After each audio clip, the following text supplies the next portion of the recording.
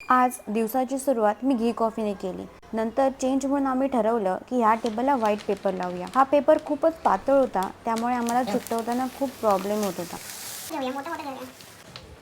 मध्ये मध्ये बबल राहत होते आणि तिथे ते नीट दिसत नव्हतं. त्यामुळे नंतर जेवढं शक्य होईल तेवढा आम्ही ते नीट करायचा प्रयत्न केला.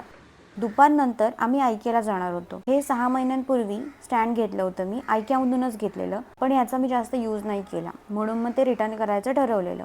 आयकेची 1 वर्षाची रिटर्न पॉलिसी आहे. खाली आल्यावर असं वाटलं की पाऊस येईल, म्हणून रेनकोट घेण्यासाठी परत वर गेलो. नवी मुंबई एअरपोर्टचं काम जोरात सुरू आहे. थोडं पुढे गेल्यावर नेमका आमच्या गाडीचा पुढचा टायर पंक्चर झाला. मग नेरूळला गेलो आणि पंक्चर काढलं. तेवढ्यात जोरात पाऊस सुरू झाला. तरी बरं आमच्याकडे रेनकोट होता, म्हणून बरं झालं.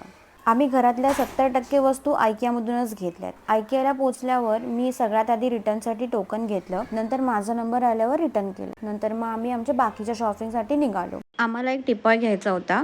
ह्या टिपॉयचा आम्ही दोन्ही वेने यूज करणार आहोत, बसायला सुद्धा आणि चहा ठेवायला सुद्धा. नंतर मग आम्ही एक आरसा घेतला आणि मग शेवटी सेल्फ सर्व्हिस एरियामधून आमचं टिपॉय पिक केलं आणि मग घरी निघालो. घरी आल्यावर ह्यांनी टिपॉय असेंबल केलं आणि मग नंतर आम्ही जेवलो आणि झोपलो.